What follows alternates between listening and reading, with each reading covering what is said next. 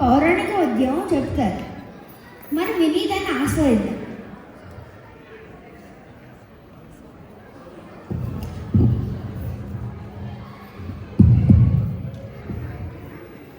సభా సరస్వతికి నమస్కారం.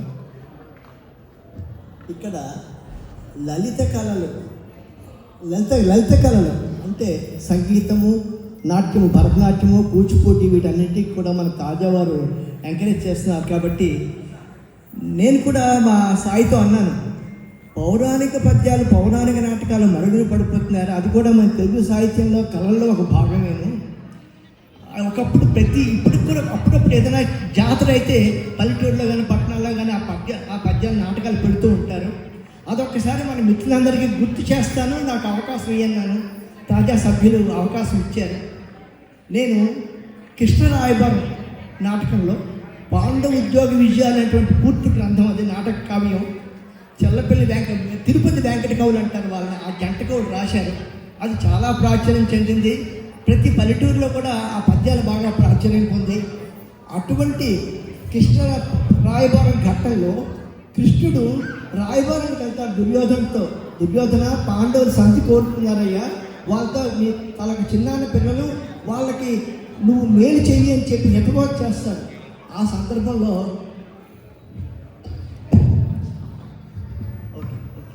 హలో ఆ సందర్భంలో కృష్ణుడు కౌరవ సభకి వస్తాడు. వచ్చి దుర్యోధనుడితో ఈ విధంగా అంటాడు, బావా సుయోధన, నీ కర్ణుని యొక్క పరాక్రమం చూసి నీవు యుద్ధములకు సిద్ధపడుతున్నావు, కానీ మరొక పని ఆలోచించుము. అలుగుటయేరుంగని మహామహితాత్ముడు అయజాత శత్రువే అలగిన నాడు సాగరములన్నీయు ఏకము కాకపోవు. ఇంతవరకు నీతో గుసగుసలాడుతున్న ఈ కర్ణులు 10,000 అని నొత్తురు చతురు రాజరాజా, నా పల్కులు విశ్వసింపుము,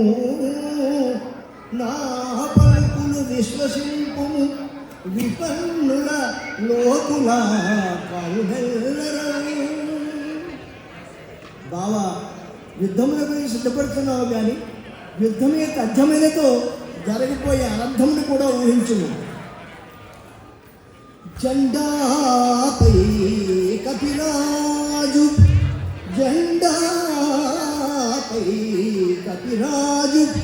ముందు శిఖరాజ శ్రేణియుంగూర్చి నే దండం ముంగుని తోడు శందనము మీద దారి సారించుచున్, నే దండం ముంగుని తోడు శందనము మీద నారి సారించుచున్, గాంధీవము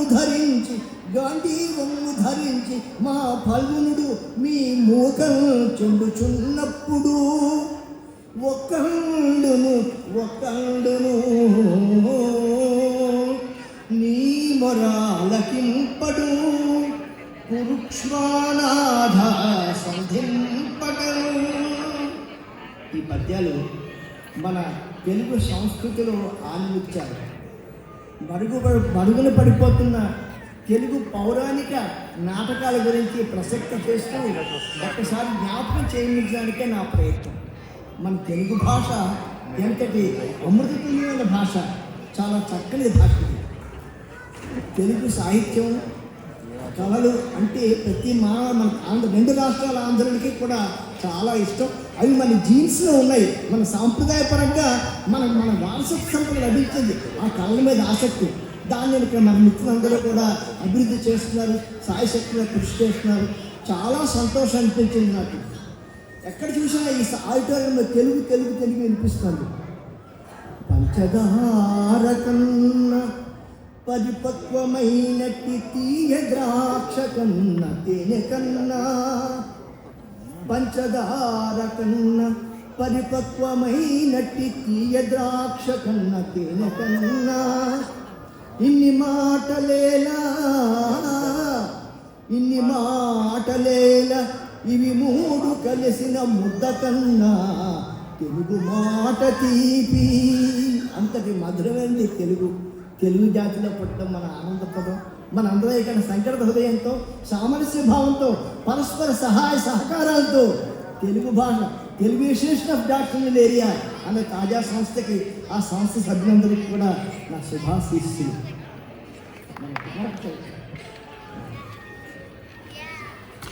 సర్వసాధారణంగా మనం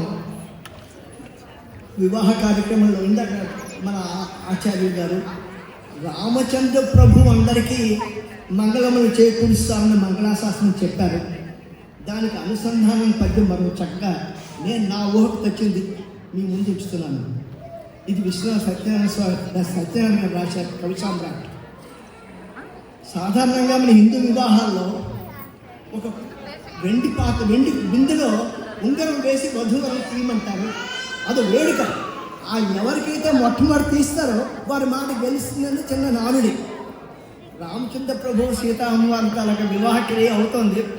వశిష్ఠుల వారు అసలు వెండి బిందెలో ఉంగరాన్ని వేశారు. వేసినప్పుడు ఆ ఉంగరం సీతా అమ్మవారికి దక్కింది. అప్పుడు సీతా మహాసాధ్వి తనకు చిక్కిన ఎట్టి కనక ముద్రిక తానే మగని చేత నుంచి మమత పెంచి, లోపల బిందెలో దొరికింది ఆమెకి. వెంటనే ఆ ఉంగరాన్ని అక్కడే రాముల వారి చేతికి అందించింది ఆ మహాసాధ్వి. తనకు చిక్కిన ఎట్టి కనక ముద్రిక తానే మగని చేత నుంచి మమత పెంచి, గెలిచే రాముడనంగా. ఇప్పుడు అయోధ్యవాసులందరూ చప్పట్లు కొట్టారు, మా రాముడు గెలిచాడని చెప్పి. గెలిచే రాముడనంగా చిరునవ్వు నవ్వడి సీత. రామచంద్ర ప్రభు ఓరకంట చూసే చిరునవ్వు నవ్వింది. అటువంటి సీతా మహాసాధ్వి చిరునవ్వు నవ్విడి సీత సిరులనుచుదాట మనకు. మన అభీష్టాలన్నీ నెరవేరుస్తూ మనకి అన్ని విధాల ఆర్థికంగా, సాంఘికంగా మన సంసార బంధంతో పాటు పురోభివృద్ధి సాధించే విధంగా ఆ సీతా మహాలక్ష్మి మమ్మల్ని అందరినీ ఆస్వాదించాలని కోరుతున్నాను. శుభమస్తు.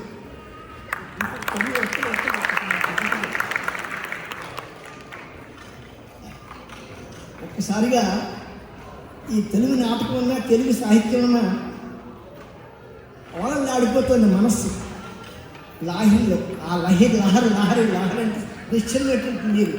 అందుకే సౌందర్య లహరి. శంకరాచార్య వారి అమ్మవార్తాలకు అందాన్ని సౌందర్య లహరి అన్నారు. లాహిరి అంటే పెనుగాను వేస్తే తుఫాను కొంచెం అటు ఇటు ఉంటుందన్నమాట. ఇప్పుడు నాకు లాహిరిలో కూర్చుంటే అనిపిస్తుంది, ఆ టైంలో కూర్చుంటే. తెలుగు భాష అంత ఆనందపరమైంది. రాయబారం సింధుని అయిపోయిన తర్వాత కృష్ణుడు కర్ణుడి దగ్గరికి వెళ్తాడు. ఓ కర్ణ, నువ్వు కౌరవ పక్షపాతిగా దుర్యోధనుడికి మిత్రుడిగా ఉన్నావే, కానీ కాదయ్యా, నువ్వు కుంతి కుమారుడివి అని తెలియజేస్తాను. అంత ముందు కర్ణుడికి ఆ విషయం తెలుసు. నువ్వు కుంతి కుమారుడు అయ్యా అంటాడు. కన్య ప్రాయమునందు భాస్కరుని కరుణ, కన్య ప్రాయమునందు భాస్కరుని కరుణ 10 నెలలు మోసి నిన్ను కన్న పడతి కుంతి, చేరగా దీసి నిన్ను పెంచినది రాధా, నీవు రాధేయుడవు కావు నిశ్చయముగా. ఇప్పుడు కరుణ అంటాడు, బావా నేను దొరికాను సూతుడే భార్యకి. ఇప్పుడు నన్ను పాండవులని చెప్పంటూ నువ్వు నా ఆశ పెట్టి నన్ను అటుపక్క తీసుకెళ్దాం అనుకుంటున్నావు. కానీ నేను ధర్మం వేరునయ్యా, నేను ప్రభుభక్తి పరాయణాన్ని. నాకు తెలుసు నువ్వు ధర్మమూర్తివి, నువ్వు పాండవుల్లో ఉన్నావు కాబట్టి పాండవులు గెలుస్తారని. కానీ నేను మాత్రం రాలేనయ్యా అన్నాడు. అది కర్ణకృష్ణ సంవాదంలో ఆ సంభాషణ ఘట్టంలో చక్కనటువంటి ఆనుమత్యమైన పద్యం. శుభమస్తు. అందరికీ సర్వే జనా సుఖినో భవంతు ఆశిస్తుంది.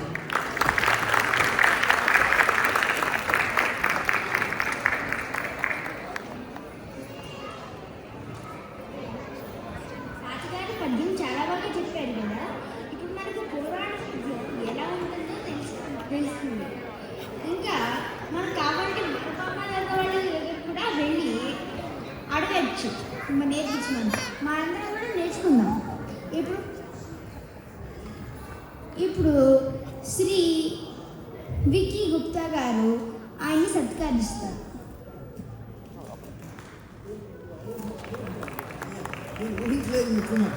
ఇటువంటి వారికి సత్కరించే అవకాశం దొరికినందుకు నేను చాలా అదృష్టవంతుడిగా భావిస్తున్నాను. ఇంతటి మహాసభలో తెలుగు లాహిరిలో నేను ఒక మాట మాట్లాడడం, వేదిక పైన మాట్లాడటమే నాకు అదృష్టంగా భావిస్తున్నాను. కొన్ని ఖండాలు దాటి, సముద్రాలు దాటి, కొన్ని కిలోమీటర్ల తర్వాత ఎక్కడ విజయనగరం, ఎక్కడ ఆంధ్రప్రదేశ్, ఎక్కడ అమెరికా, ఎక్కడ దాక్షిణ ఏరియా, మీ మిత్రులందరూ ఇక్కడ చాలా ఆనందంగా నేను ఆశీర్వదిస్తున్నాను. సర్వేజన సుఖంగా ఉంటుంది. Thank you.